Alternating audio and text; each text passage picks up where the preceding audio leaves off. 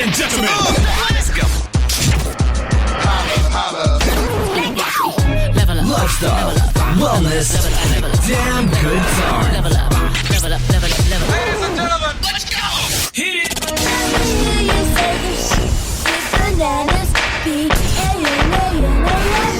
You're listening to the Holistic Life Podcast, presented by Say What Radio. Wiki, welcome to, just kidding. Welcome to the Holistic Life Show. I'm Jenny. I'm Jay. And we are so glad that you're here with us again. Thank you for being a listener. Hey, guess what? Just want to give a shout out to our Italian friends out there making us top 100. 2 different categories. That's winning. 100 podcast, top 100 in Italy. Thank you so much. If you're not from Italy, I'm going to need you to grab all your friends. Get them to like, subscribe, download, share this with all your peeps, because I know some of you guys are real competitive and you want us to give a shout out to your country too. And we can only do that if you guys put us up on the top 100 chart. So like, share, comment. That's a Facebook thing. If you're listening on a platform that has reviews, because I know an Apple Podcast you can review and other ones you can't. Otherwise, subscribe and download. Woo! Thank you. We love you. All right. All right. So we are still rocking hard and strong here in the Fluster Cluck season. And today is growth. And so what we want to chat about is, you've started up, you set out your vision. Now it's time to grow. And so when I think about growth, I think about a couple of different things. One, I think scaling, growing a business and scaling. I also think personal development growth. What do you think of for growth?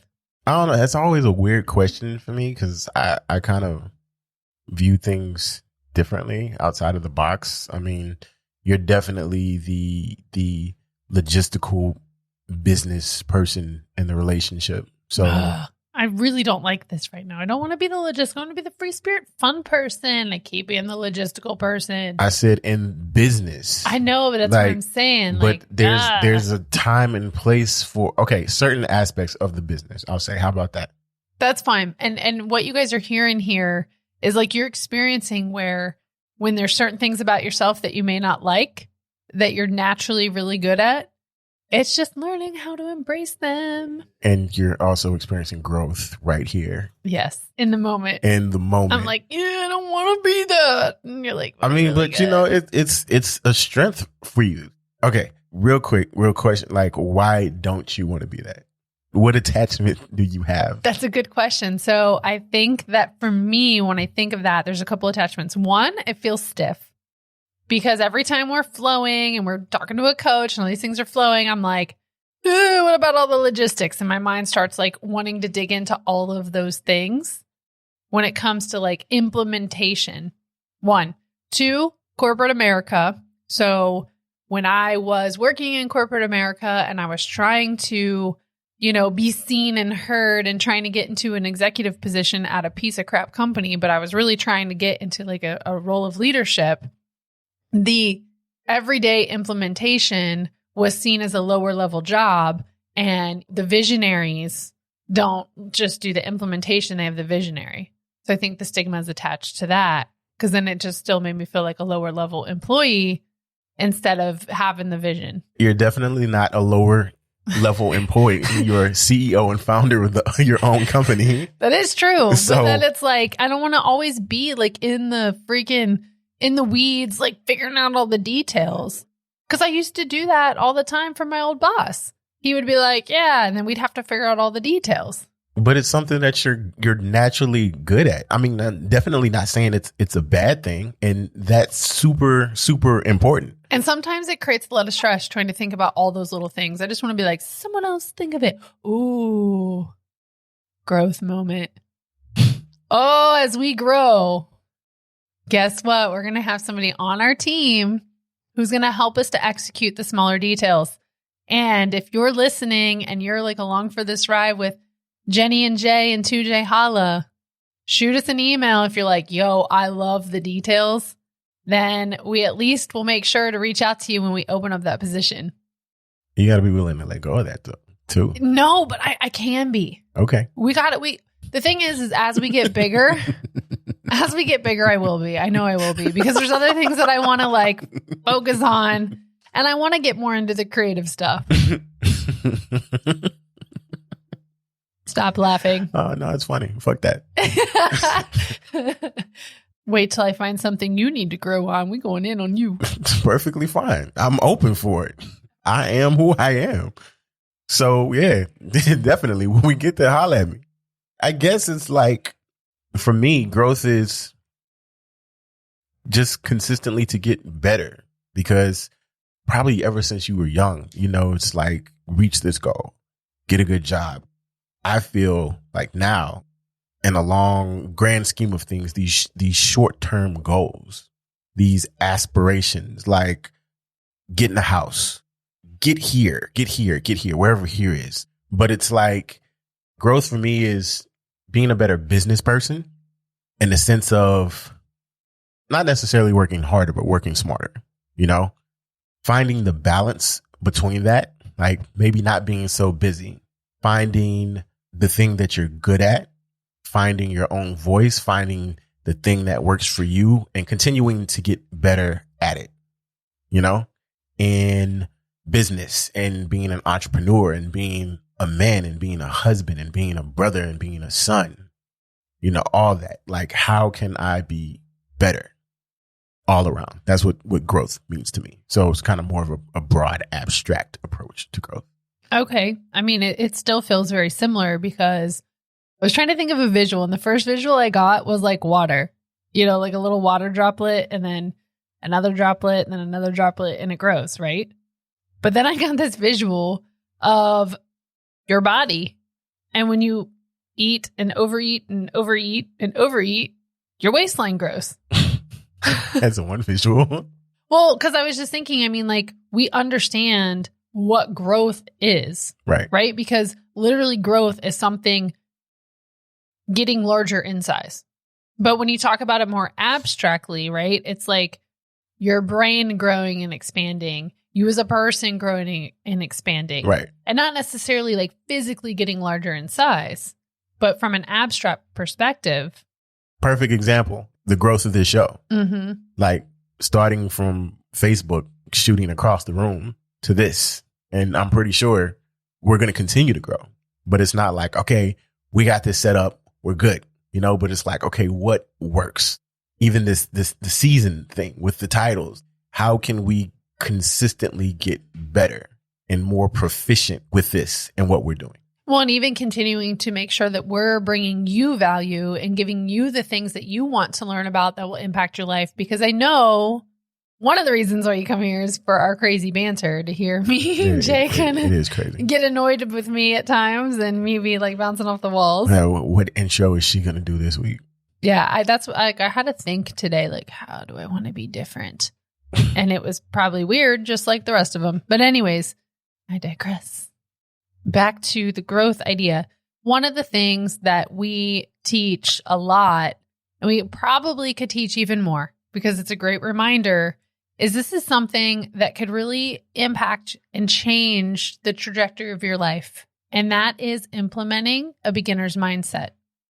And what a beginner's mindset is when you go into something, whether you've done it 0 times or 150,000 times, for you to wipe the slate clean and to be able to listen with like fresh ears, fresh mind, fresh energy, I guess, right? And be able to listen to the information, because a question that Jay and I are always asking ourselves and really thinking about is, okay, if we focus on helping people to live a more well-balanced lifestyle and to have healthier habits and to be able to have more energy, right? And if you break it down, a lot of times, you know, we're talking about like working out and eating healthy and stuff, right? And we talked about this just today, I believe it was earlier today. And we were talking about how all of the information exists. Right? Like, it's all out there. It's all out there on YouTube, Instagram, Google, everywhere. Probably the sites you've never even heard of. You can literally have at your fingertips the keys to be able to lose weight, feel good, etc. Because it's all out there. But the thing is, and the big question is like, why aren't you doing it? Yep. Why aren't you implementing those things? And through our own growth and our own journey, what I find interesting, if I think back, I don't know if you guys know this, but back in the day, it's probably been like... Back in the day when I was young and not a kid anymore, but some days I sit and wish I was a back Jenny. I don't know. I was trying to figure out something I could do. I wish I was musical because then we could like riff on that. So back in the day, I was, and this is actually how Jay and I met. I was a Beachbody coach. He was a Beachbody coach. And if you don't know what that is, it's the makers and the creators of like workout programs like P90X, Insanity, Tony Horton, Shaun T. Like those are the OG, Chalene Johnson. So back in the day, being a Beachbody coach, I was out of college, pretty fit, running around doing Insanity and Asylum all the time. And so my mantra at that time was like, if you want it bad enough, you'll make room in your life for it. Like, come on, hardcore, it's not that hard. You got to be willing to give up things. You got to be willing to sacrifice. And honestly, at the root, some of those things are true, but that's like someone who's earlier in their journey, or even like someone who hasn't really been exposed to more of life and more clients, where you want to say something. I do. It's kind of true, but it's kind of like, we had this conversation on one of our talks, but it's like the energy you put behind that, you have to sacrifice. And rather than sacrifice, because sacrifice sounds like so heavy, like, yo, you got to give up, you got to sacrifice. It's like a lot of weight behind sacrifice, right? Mm-hmm. Instead of basically you're going to be adding stuff instead of subtracting. Well, not only be adding, it's kind of like, depending on what the outcome is, there's going to have to be some give and take. Like if you want to look a certain way, if you want that superhero body, you're more focused on how you look at the time instead of the variety of food you're eating. Because for 6% body fat, you have to eat a specific way. You have to be routine. You have to be structured. So it's kind of like a give and take rather than like sacrifice. Right. See, you're getting like deep into that. I was getting there to explain the beginner's mindset. Okay. I mean, I still feel that's a part of the beginner's mindset though, but go ahead. So the thing is, and the point of what I was saying about when I first started on like my fitness and coaching and wellness journey and really being hardcore with people, is that works for a certain person. But once you get later into your 20s, 30s, 40s, and life happens and beyond, and life happens and you have kids and you're working, some of the things that are out there in mainstream, it comes back to like, why aren't you implementing the things that are already available? Like you hear all these things, like you're like, oh, it's time to lose weight. Okay, now time to get back to the gym and time to go on that diet. To me, hearing people say those things make my ears cringe. That when you introduce us, right, in front of people who've never heard us before, my point is like, they're sitting there going, well, yeah, I know what to do. But sometimes, and if not a lot of times, it would benefit you to have that beginner's mindset, especially when you're going to go grow and learn, to be able to hear things with a new, fresh perspective, because you may actually find the thing that unlocks everything for you. Because you already know it if you're not doing it. Well, yeah, my question would be, if you already know, like, why aren't you doing it? Why are you here? Mm-hmm. Because if you knew, you would be doing it. And I think, too, some people are looking for something else, mm-hmm. like that thing. And it's like, no, there's not a thing. It's just the basics. You already know the basics. So why aren't you doing the basics? Like, 8-minute abs. Now introducing 5-minute abs. There's no new thing. Yeah. I'm just thinking about even for business, because, we brought in the health and fitness aspect of things, right? But even just thinking business, it's like for so many years, I've like wanted that secret sauce, and really we just talked about this on our walk today. Yes, there are principles, right? There are certain things that are the basics. But then there's your own flavor and your own secret sauce, and you want to do it your way. And that's really like, if you bring it back into the wellness and the fitness and the health and stuff that we work with, that right there is the secret sauce with our clients. We're not like, oh, here's your workout plan and go do it. It's like, wait, what do you want to do? Like, what makes you excited for being active? Then as coaches, it's our job to continue to help them grow and expand. But we're like, hey, just master this one little thing first so that you can build momentum and be 1% better. I had a squirrel moment. trade-off. That's what I was talking about with the sacrifice thing. Trade-offs. There's going to be trade-offs. What are you willing to trade off to get there? Because going to the gym 3 times a week and only doing, X, Y, and Z isn't going to get you that movie star body that you want in 6 months. Yeah. It's interesting because this reminds me of something I used to teach back in the day. Again, this is a lot of back in the day stuff, a lot of memories coming up for exploration and release. But when I used to do the speaker, author, coach stuff, when I launched my book and I was teaching people, one of the things I talked about is like, sometimes you really want to change and it comes down to like the trade-offs, right? What are you willing to do? What are you ready, able, and willing to do? Right. Which that wasn't the terminology I'd used back then, but but it is now. That is the terminology we have now. And it's like, what are you ready, able, and willing to do? Because those trade-offs are big. And even so, okay, like if there's something you really want in your life and you don't have it, but you're not ready, able, and willing to make a certain trade-off or to be able to integrate it in your life, then you have to ask yourself, do you really want it? Mm-hmm. Because the timing could not be right, maybe, or maybe you don't really want it. And the thing is once you accept, do you really want it or do you not want it? Once you like realize what that is, you could you will remove a significant amount of stress in your life. Just thinking about it. We went into an NLP thing and it was like, your actions aren't reflecting what you say you want. So do you really want that? Mm-hmm. You know what I'm saying? Because if you really want it, wouldn't you be doing the actions that would move you toward that thing that you want? But it's like, oh, I want this, but your daily actions aren't reflecting that you want that. So what do you really want? Right, which sometimes that hits us like a smack in the face, right? Because when you're confronted with that information, in my opinion, it depends on what the topic is, right? And how emotionally attached you are to the topic. So when I think about health and wellness, a lot of myself and other people that we work with are emotional eaters and stress eaters. So there's a lot more of like attachment. Mm-hmm. So if someone hits me in the face with that, I might be a little bit defensive. I'd be defensive, like, leave me alone. I know what I'm doing. But you would hit me right between the eyes because, yes, I'm not doing the things. But if we go back to when I was very first into health and fitness and I was like, you have to be willing to sacrifice. Like, obviously, you don't want it hard enough. Like, come on. Mm-hmm. That advice is what can lead that person who's in emotional eating and stress eating to want to make an all or nothing switch. Yep. Okay. And so in that moment, when that all or nothing mentality and that preaching comes, then it turns into this, especially if you're like overachiever A-type, it then turns into, well, I'm not good enough. I obviously don't want it, enough. So let me completely change my life right now and actually do the things that are going to help me get there, which then ultimately lead you to crashing and burning because you get burnt out from making that all or nothing switch. Right.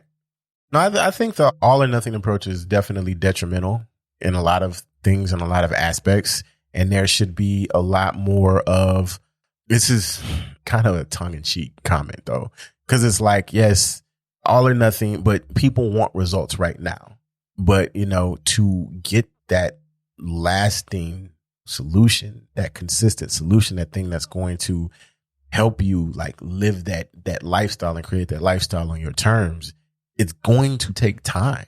Mm-hmm. It's going to take time. And when I say take time, I mean time like there's going to be certain behaviors that you're going to have to consistently practice until they become like habits and actions. Mm-hmm. Now, you might not master these things, and it's not about mastering. And I think that's the thing too. People feel like they have to have something mastered before, if it's not mastered, they're not successful. And it's like, you're human, man. Give yourself room to breathe. You don't have to master it. You just have to understand, and you have to be self-aware of the situations. And if you're an emotional eater, and we definitely won't go in depth here, if you're interested, you can reach out and we can talk about that more. But if you're an emotional eater, replacing those things that you go to, start off with, instead of having cookies and pastries in the pantry, replace it with something first. Or, you don't have to do it all at once. Instead of cookies and chips, just start with the chips or the cookies. Instead of chips, I'm going to get more fruit this week. And just start with little steps. But people, and we definitely talk about this a lot. It's like, how can these little steps make such a big changing result that you guys talk about? Like, I don't see it. Like, I don't understand. Like, how is that even fucking possible? I was reading a book right before this. It was like Habit, The Power of Habits. I forget the name of it, but it was a book about habits. And I was reading this one part where it was talking about the cue, the habit, and the reward and how it all feeds each other. Mm-hmm. Just sharing this. So if you don't like tests on animals, I'm not condoning it or not condoning it. It's just from the book. So they were doing a test with a monkey, and monkeys are very smart, as we know. And what they would do is they would put the screen up and have the cue, which, the screen flashed a certain color or whatever. They wanted the monkey to hit the lever. And then when they hit the lever, he would get a blackberry juice. Mm-hmm. And so what they had tested is they tested if they were able to create a craving mm-hmm. to where, you had the cue, the little flash on the screen, then you have the response, which is the lever, and then you have the reward, the blackberry. Mm-hmm. And then what they would do is they would do that enough times. Now it became a habit that the brain would anticipate the reward right before the rest of it even happened. So then what would happen is they would test different moments in this process by giving distractions. And the monkeys who hadn't fully made that a habit where then the craving was there, mm-hmm. they would sit in front of the TV and wait for that signal or wait for the blackberry juice to come. If the blackberry juice didn't come, they get angry and frustrated because it didn't fulfill that craving. Right. Versus the ones that hadn't really fully solidified that yet. They could put food or open the door to let them go outside and they'd be like, all right, whatever. And they go outside. Right. And so, if you think about some of these things that you have and what you're talking about with the emotional eating, there's different environmental factors to change in the process. Because like Jay was saying, you can change, okay, when you get stressed and you're going to emotional eat, the chips and cookies or whatever, you can just go with once. You can change that side environmentally. Or you can start paying attention start paying attention to the cues. What is triggering? And we talk a lot about the trigger points. What is triggering that habit? Right. What is there? What is causing that to first happen so that you can start to identify and change the cue, change the trigger. I can't wait to keep reading that book because I'm just really curious, just how the brain works. And I'm just going to go off on a little tangent here too, because another thing I found very interesting in there, they were talking about marketers. Okay. So marketers get into the psychology of buyers. We know this, but I just find it so fascinating because these companies pay big money to people to find how to create habits for people based on cues and the trigger and the reward. Okay. So one of the ways was with toothpaste. So at the time, toothpaste was not being used. And this guy was reading all these dental books and he was they were so boring, but he finally found something where it talked about plaque on teeth and how it had a little film on the teeth. And it was a normal thing, didn't bother anybody until he made it a problem for them. And really the film on the teeth that was there, and it's not like the plaque that builds up at your gums and causes gum disease. I mean, yes, that is a result of not brushing your teeth, but it was the film on your teeth that could be rubbed off with your finger or, you eat an apple or whatever. But what he did is they started running commercials and stuff saying, that cloudy film on your teeth? Buy Pepsodent. Brush your teeth when you have that film. So now, only 6% of homes at the time, this was around World War II, right, had toothpaste. And now he's created this demand. Everybody. And that's an example where the demand was serving. But the toothpaste wasn't necessarily the thing that could get the film off. Right. It was just the thing. Versus, when they were talking about Febreze, and when Febreze came out, they could not figure out how to make it work because Febreze was found out by the scientist who was working in this lab. He didn't really care about his smells or anything. He smoked a lot. He was a chain smoker. And when he went home one day, his wife was like, wow, did you quit smoking? And he was like, okay, is she trying to, reverse psychology me here? Because she had always been on him for it. And he realized that this chemical he was working with absorbed smells. And so that's how they created Febreze. And they were trying to figure out okay, people with smelly things, this is going to help them with smelly stuff. And they found a lady who worked at a national park and was always trapping animals, and all of her stuff smelled like skunk. Mm-hmm. And so her life was completely changed because none of her stuff smelled like skunk anymore, and she could go date, and, you know, she wasn't worried. But the thing is they found is that when they went in people's homes, they went to like a lady who had 9 cats that apparently like they gagged when they walked in. And then they went in and they're like, hey, do you use your Febreze? And she's like, no, I don't need it. And they're like, do you know your place smells like shit? And she's like, no, don't even notice. Right? There was no trigger to create the habit. Right. It wasn't until they found that someone found joy and pleasure when they cleaned, they finished their cleaning by spraying Febreze on their stuff. And then, you know, they got that fresh scent and that fresh feel. So now they were going through the Febreze every 2 weeks. And so they changed their whole campaign, and now they've sold billions and billions of dollars.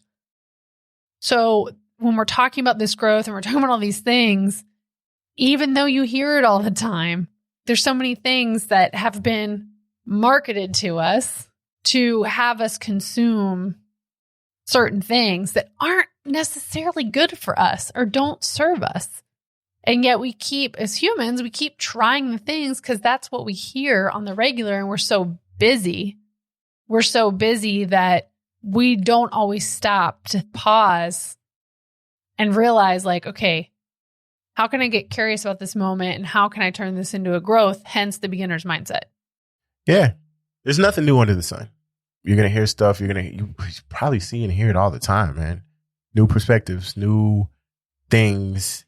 And two, I think it's a big thing about like what and how things resonate with you as well. Mm-hmm. But it's the like timing. you got to be open though. Situation happens and you're like, yeah, I already know what this person's going to say. They could come at it from a whole new different angle that you missed because you completely wrote them off. Yeah. One of the trainings we did in our Next Levolution program is how being healthy is a journey and it's not a destination. And it just reminds me of the whole topic from today, because sometimes we look at health like a destination. Mm-hmm. I'm going to stop eating this and that and this, and I'm going to start working out 17 days a week till I lose that weight. Right. And then like we stop and it's like this destination. So it's a dress, it's a birthday party, it's a wedding, it's a whatever. It's a thing. Okay, fine. I get it. But do you want to keep starting and stopping? Do you want the extra stress? I mean, we just talked to somebody this week who was like, hey, you know, so remember that nutritionist I got and stuff? Like you could kind of hear it in her voice. She's kind of getting burned out by it. She's like, I learned what I needed to learn. Right. But like, this is a lot to continuously be like thinking about, which basically means it was almost like too much info for integration. Yep. It's like baby steps. 1% better. The whole thing is sustainable, you know? What's the best workout? What's the best diet plan? What's the best way to stay healthy? And the answer is the thing you can consistently do.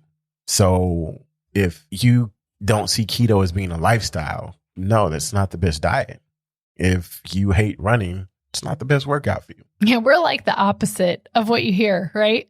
Our clients rave because they're like, do I have to do squats in order to get results? We're like, nope. Fuck no. You sure don't. Do you like squats? Right. That's the question before. Like, do you like squats? No. Okay, good. We got you. I love where I'm at in life. And even though you can look back in previous parts of your life or business or journey and be like, oh God, I wish I would have known better, you know, or whatever, that's growth. Everything happens for a reason and when it's supposed to happen. Yeah. By the way, we are super excited because we just opened up a couple slots on our calendar. So if you've been listening to us and you're like, man, because this is what happens. We just did a podcast interview today and we were like, oh my God, you're so awesome. I want more of you. How do we connect and get to know more? So we've just opened up a few slots on our calendar for a wellness breakthrough call. And we are so excited because this is going to be 45 minutes focused just on you, one-on-one, private virtual coaching. We're going to really dig in and help remove some roadblocks that you have related to eating and self-care. Well-care. It sounds like an old person home. So we're going to remove those blocks. We're going to talk about how to get the right nutrients in your body. We're going to help you put yourself first, finally, and talk about some key things to help you get long-lasting results. And of course, a clear, detailed plan and some personalized stuff for you. So if that is something that you are ready to do and you want to get some quick wins under your belt and get a clear direction to nudge you on the right path, then go to 2jhala.com/breakthrough. That's the number 2jhala.com/breakthrough. We know that if this is speaking to you, you're going to go there and we cannot wait to connect with you. If not, and this is not your time and this is not what you're looking to do, no worries. We got you. Make sure you jump on our Ohana list. Ohana means family. We've got kick-ass things that we send to you every single week. You learn a new Hawaiian word. You get inspired by travel, and you also get a good inspirational message. Sometimes there's something to inspire you or something you can learn from. So we send that out every single week, and you definitely want to be on our Ohana to stay in the know of everything. So same thing, 2jhala.com/Ohana, OHANA. Ohana means family in Hawaiian. All right, guys, until next time, mahalo.